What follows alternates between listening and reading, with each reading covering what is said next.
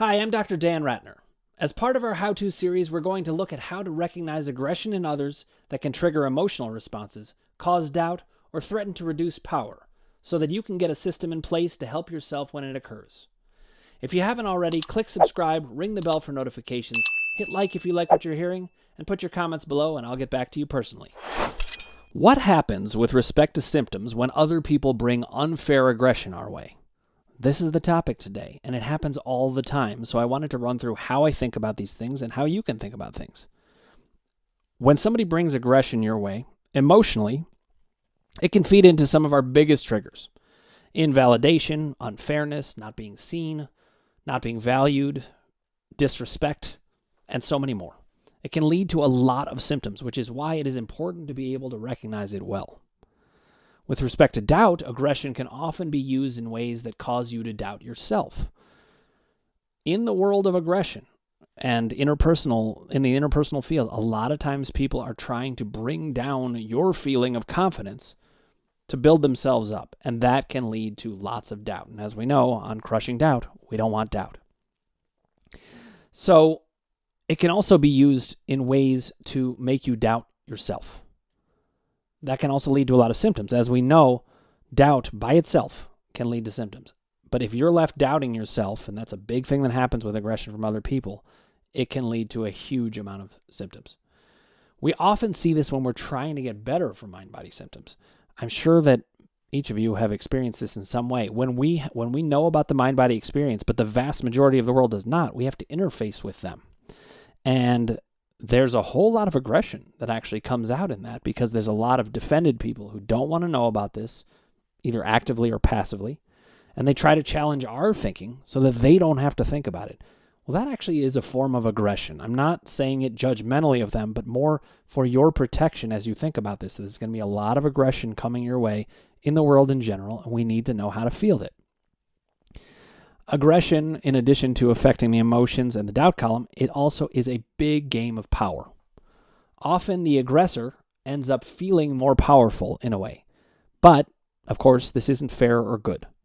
And a lot of times it is the empathic people of the world who take the beating in this. Because we're the one, I'm going to include myself in it. I hope that's obvious by now that I have a lot of empathy.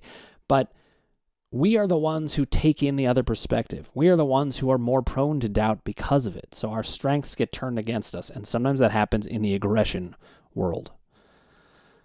So I wanted to say this clearly. Causing someone to doubt themselves in a major way, that's a way that aggression plays out with respect to power. If we don't recognize aggression, it can really undermine our power with ourselves. Now, that can happen if you don't recognize aggression within yourselves or you're not comfortable with it. That can make it so that we shut down any chance to be powerful because it's kind of something we might think is aggressive. But it certainly happens with others also. When they're being aggressive and we can't recognize it, that is what leads us open to unconscious material. Unconscious emotional hurt in the emotions column. And unconscious doubt can come in as well. Aggression is generally quite unconscious. And as a result, it can lead us into that unconscious field. And that can also bring up unconscious feelings of a lack of power. So when it comes to others, aggression is usually, in some form, an attempt to wrestle power away from someone else. And that's even true with our own symptoms, our relationship with our symptoms. The symptoms can sometimes feel aggressive, and it can be helpful to recognize, no, wait, hold on, that's a part of me being aggressive to me. So we also need to recognize aggression within ourselves. But today we're mostly focusing on when the aggression comes from the outside person. So recognizing anger is key, both in yourself, to be better in touch with it, and to be able to express it in ways that are useful. Because I found this again and again. When we express anger, we often don't feel good about it. And when we don't express anger, we often don't feel good about it. It's hard to figure out how to do it constructively. But the way to be able to do it is to become comfortable with the world of aggression and how you're going to handle it. And that way you won't be out of power over and over again. So to recognize anger, you actually are going to have to recognize it in all of its forms. And it comes in lots of different forms.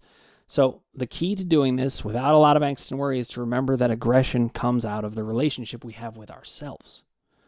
So that makes aggression from others something we can step back and say, this isn't about me. It is never about you. Even if you made them directly mad, whatever interaction they're having with themselves is what is driving it, and that makes it less high stakes. So that's just a tip about how to deal with the world of aggression, is to remember other people can make us mad, but if we're feeling good about us, it doesn't put a huge dent in things.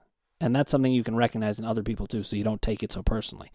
Not fun, but that's a way to think about it that can help.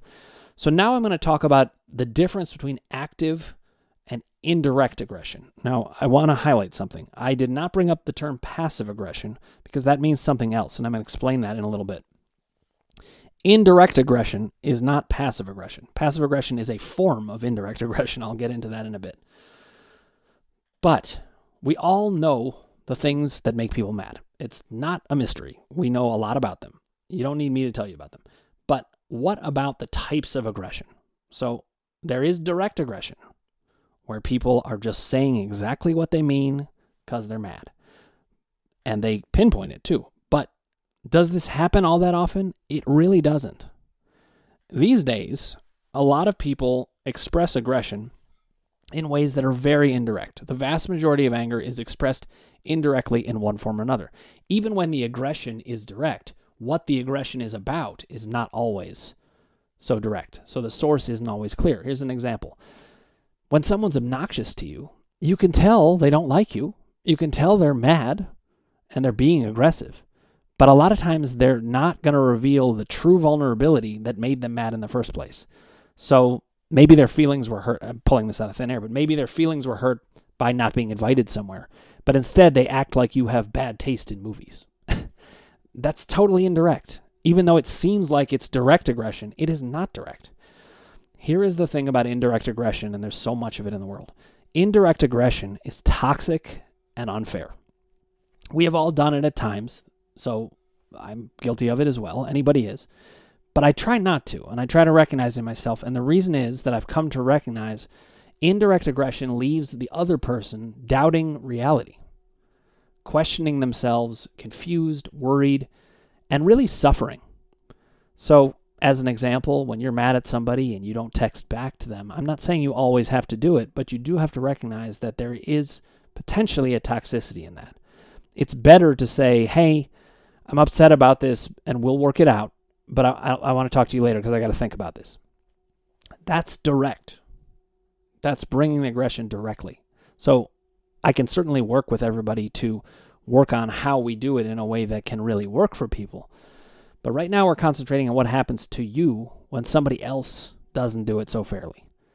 So think about that when it comes to indirect aggression. You have to empathize with yourself that actually it's toxic when somebody does that. Now, this kind of thing happens often because people don't understand their own aggression well enough, or maybe they're not in touch with it. But the mind-body communication is incredibly key to understanding aggression. And it can teach you about when you're mad, and it can teach you about when somebody else is mad, and they bring indirect anger, and something doesn't feel right in your body. You will feel it in the body. So you need to know some things about aggression. One, and I mentioned this in a previous video, but I'm going to say it again because it's so important. The strongest people get attacked the most. They're the ones that people feel can handle the aggression. So if you are an empathic, good person who's always there for people, believe it or not, you're going to get attacked more. In addition, people are more likely to attack someone they love and trust because they know it won't ruin things. So this is not fair, but the better you are, the more attacks come.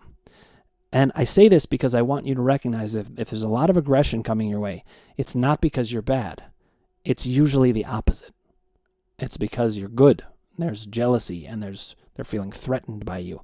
This is not always the case, but in my experience, it really is. There can be people out there who are just really nasty people. Do they get a lot of aggression coming their way? They actually don't. People don't want to mess with it. So it's more mind-body symptom. I don't know what that is.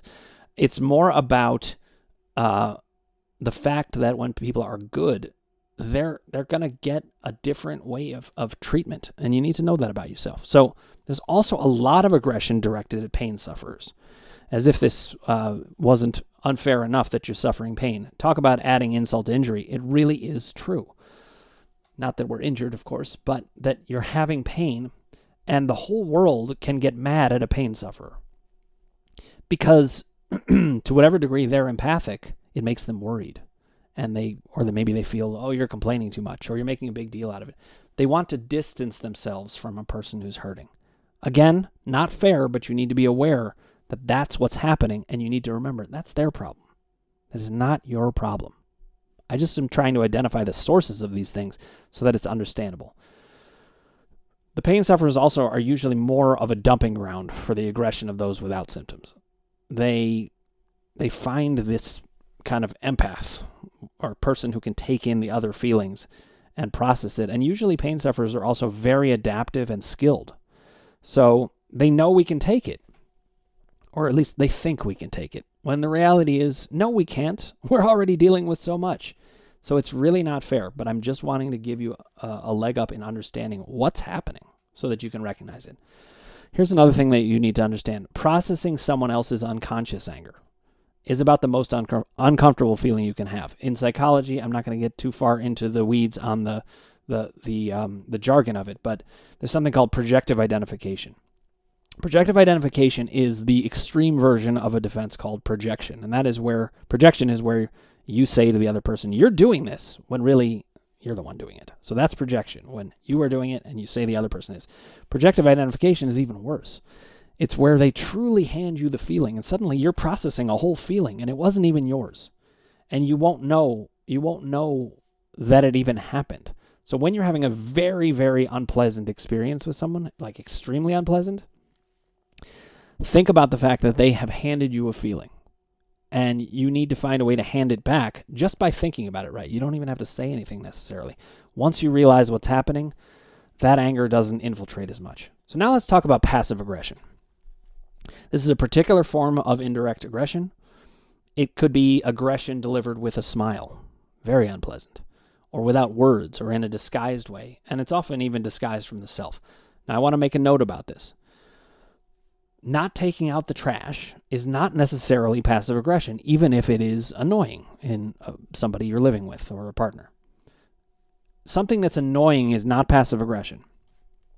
The definition of passive aggression is something that you won't like, but it has to come from actual anger. A lot of times people are doing things you don't like, but it's not coming from actual anger. So the key, though, is passive aggression is not communicated. Same thing with indirect aggression. Passive aggression is a version of that. Here's some examples. Oh, what an interesting shirt. They're clearly saying they don't like it. It's not very well hidden even, but it's not direct. I remember this one time, I'm just remembering a particular event for me where somebody said to me, we were talking about something from the past at a place that I had done some training. And I was very surprised when she said, you really pissed a lot of people off at that place. And I was like, me? I'm like very nice to people. What I realized later is I upset her about something. And looking back, I can even potentially understand that. But she had trouble being direct about it. So she kind of let it come out sideways. Forgetting about someone's birthday. It could be passive aggression, not always. Sometimes people are they're busy or distracted and it isn't about you. But if it's like your parents, come on, they should be able to remember that. Or if it's done while angry, that's passive aggression. It's when the aggression comes out through a very passive way of interacting. Could just be forgetting or dismissing an act of kindness as if it's a given. That's actually passive aggression. You know, it should be recognized, but they're just like, oh no, it's fine. You want to take care of me. Well, not necessarily. Showing an obvious lack of care about someone also, it can be subtle, but it's still obvious in a way. What seems to be is, if somebody is acting like they don't care about you or you feel like they don't, usually that's kind of true, actually. And that's an indirect form of aggression. Not everybody has to like you. I had to learn that the hard way. I always wanted people to like me. Well, now I'm okay with there being people who don't like me. That's okay. But I don't like when they express it to me, because that's aggression. I don't need that. I have enough going on in my life. So here are some types of aggression that I see that are not so typically voiced. And when they're not brought directly, they're things that you want to look out for, because otherwise you could get confused or blindsided or have them lead to symptoms through any of the columns. So this is not an extensive list that covers all ground, but here's some ideas of ways to think about aggression that maybe you hadn't thought about as aggression.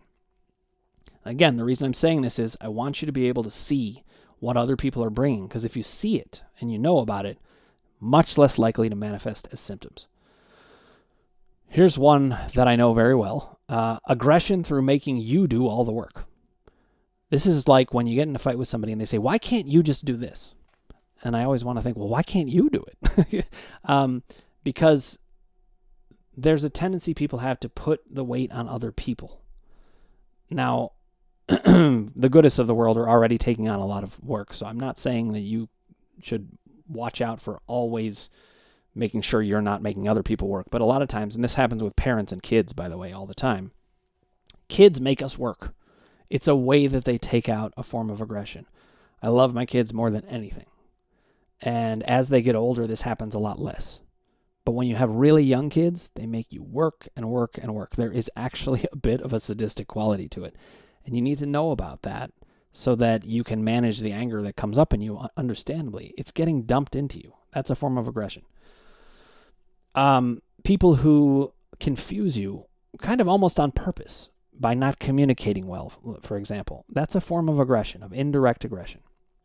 That doesn't mean every time you're confused, someone was being aggressive, but it can be that somebody's trying to confuse you and that gets to be aggression. Aggression through pretending there is no aggression. That's a very aggressive one because it denies reality. It'll make you doubt your own sense of things. There's aggression through what's called dissociation in psychology. Again, I'm not going to get too far in the weeds on the jargon, but dissociation is when you're not present. So somebody not being present with you, it can feel really bad. And sometimes it's aggressive, sometimes it's not. You know, like if a war veteran comes back and they're having a flashback and they're not there, that's not aggression. That's definitely not aggression. A lot of the time it's not.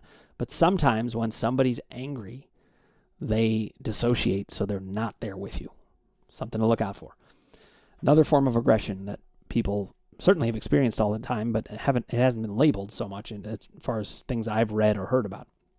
And that is using a lesser argument to take out a bigger aggression. So I call this the U2 argument because I've actually had this happen on more than one occasion, where you might be talking about like a top 10 list of favorite songs, and you could be saying, well, I think that other people would think that this is on the list. And suddenly you get into an actual fight. How does that happen? Well, it happens because there's aggression in the relationship in some way. And if that aggression isn't known about and can't be talked about directly, it can come out sideways like this. And that does not feel good. There's also aggression through not listening. When people don't listen to you, that can repeat old traumas. And, you know, we can't all be perfect. We're all going to have some aggression spill out, myself included. But I think that if we organize aggression, it's better. Our own aggression and also understanding other people.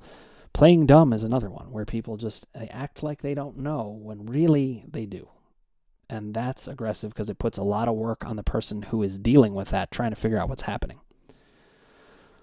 Not caring enough to know about the person, that shows a lack of valuing that person. Now, a lot of this stuff is totally obvious. I'm just trying to highlight that these are all indirect forms of aggression that you need to look out for. I am not trying to advocate for seeing the world as super aggressive all the time. But there's a lot of aggression to go around, and I want you to be empathic to yourself about that. It's a lot to deal with. Strong judgment of what you like or don't like. That's also aggression. You should be allowed to like or not like whatever you feel. There's nothing wrong with it. And, you know, it's okay that we might have strong judgments of other people, but do we say it all the time? It's a good idea not to, generally, especially if you know somebody really likes something and you hammer away at it. Well, that can be aggressive, and it happens to pain sufferers all the time. Wasting your time. That's another form of aggression, like when people won't are standing in the way of the door and you're like, hello, I'm here. That brings up that's indirect aggression. And it makes us mad, but then we have to do the work of either saying something or not. And that's aggression too, making us do the work. Needless self-promotion. That's another one. We don't tend to like that from other people, but they dump it in our laps anyway. There's aggression through competition, becoming personal. It happens in games all the time. Monopoly has led to more fights than many, many things. It's a running joke among people who have played Monopoly. There's so much fighting because people make deals, and it can be really aggressive. There is aggression through trying to take away power, trying to diminish someone in some way, not recognizing people's achievements or talents.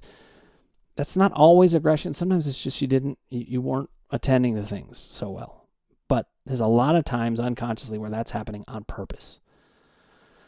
There's aggression through comparison. Facebook, man, you go on Facebook, there is aggression spilling out everywhere there. Oh, I did this, and I have this, and oh, my wife is like this, and my husband's like this. I don't want to paint a negative picture because there's tons of positives in society, including on Facebook. It's just that these are all tools that can be channeled into aggression, and it's good to be thinking about this.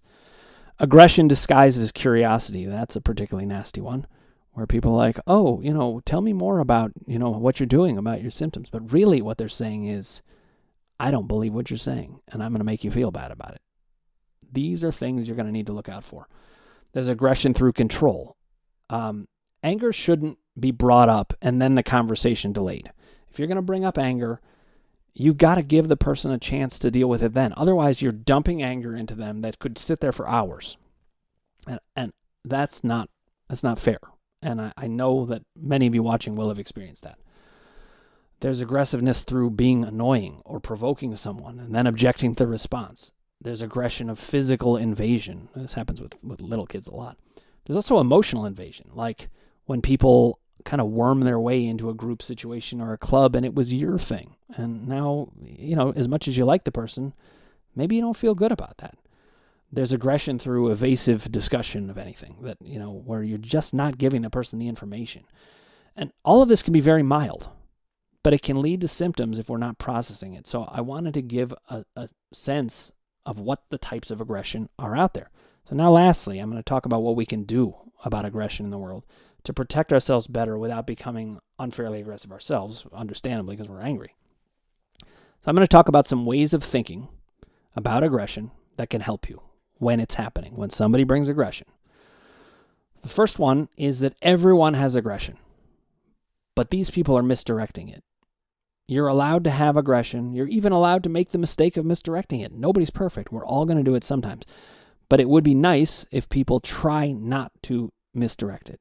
And that happens because people are afraid of conflict. I understand that, but it's an act of kindness even when you bring aggression directly.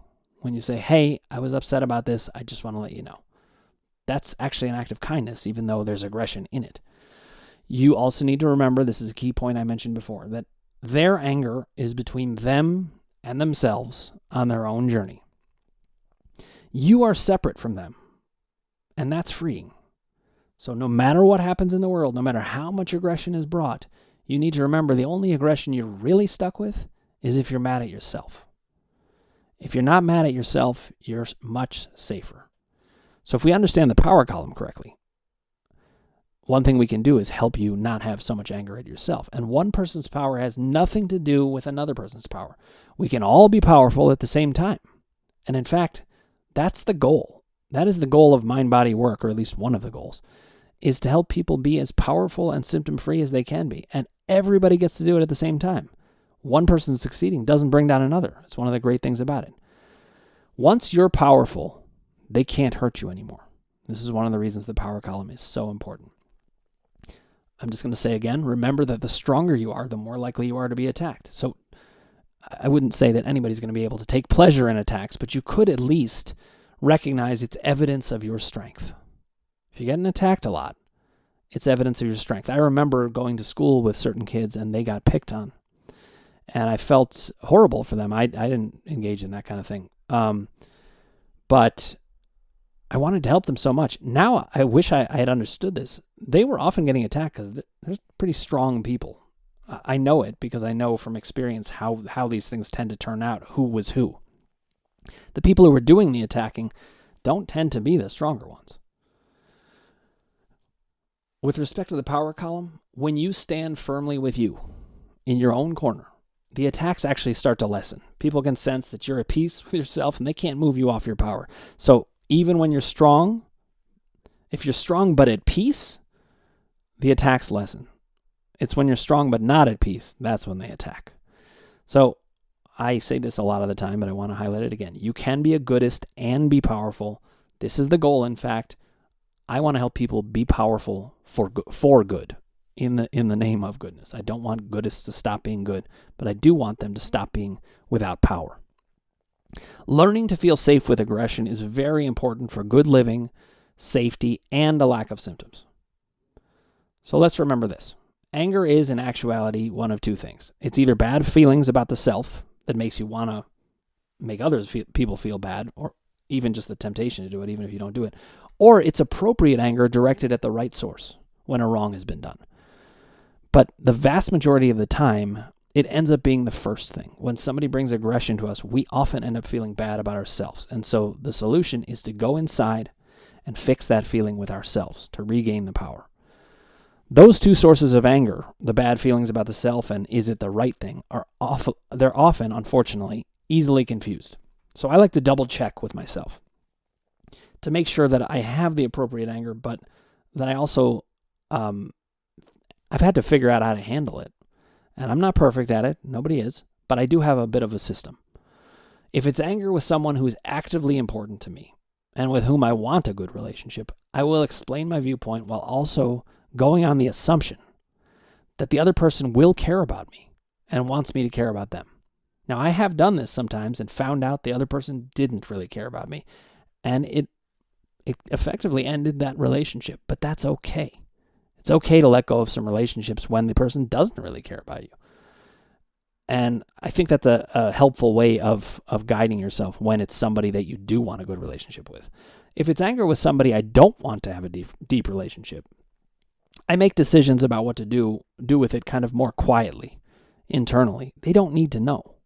I don't have to be in an active fight, but I can feel good about the thing that resulted from it, like taking good care of myself or getting rid of toxicity. They don't even have to know. I go on being friendly to them. They would never know the difference. But within myself, I do something else. So I only make it an outward thing if it's somebody that I really care about. If I tell you I'm upset about something, that's actually a compliment. That's a sign of trust. I wanted to work it out with you. So if we're going to bring aggression, and I'm more saying this to the people who are unloading it, but really for anybody, we need to be direct. That's the best way to do it. We need to attempt to be kind about it, but we also need to be kind to ourselves about it. Don't criticize or doubt your own feelings. There's a lot of aggression coming in. You got a lot to field, and you should pat yourself on the back that you're trying to do a good job with it. But remember, in the end, it all comes down to your relationship with you. You aren't stuck with anyone else's setup about aggression, and that is a good thing because you can always work on your setup with you. If you haven't already, click subscribe, ring the bell for notifications, hit like if you like what you're hearing, and put your comments below, and I will get back to you personally. I've been enjoying these discussions on the comments, so keep them coming. Thank you for watching and listening.